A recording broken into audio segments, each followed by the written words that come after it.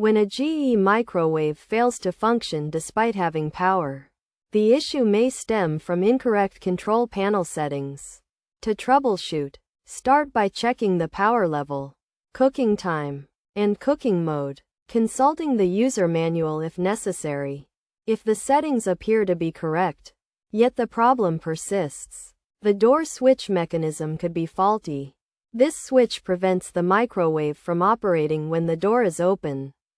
To inspect and replace a faulty door switch, first unplug the microwave and locate the switch, typically found behind the latch mechanism or control panel.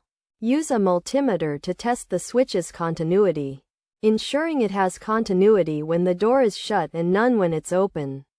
If the switch is faulty, replace it. If the door switch is functioning properly, the high voltage diode may be damaged. The diode converts current from the capacitor into a lower voltage for the magnetron. And if faulty, the microwave won't heat even with power.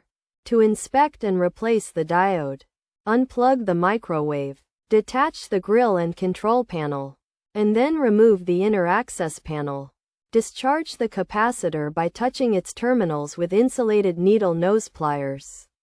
Remove the screw holding the diode to the frame, and pull it out. Install a new diode, screw it into the frame, and reattach the inner access panel, control panel, and grill. Finally, restore power to the microwave and test it.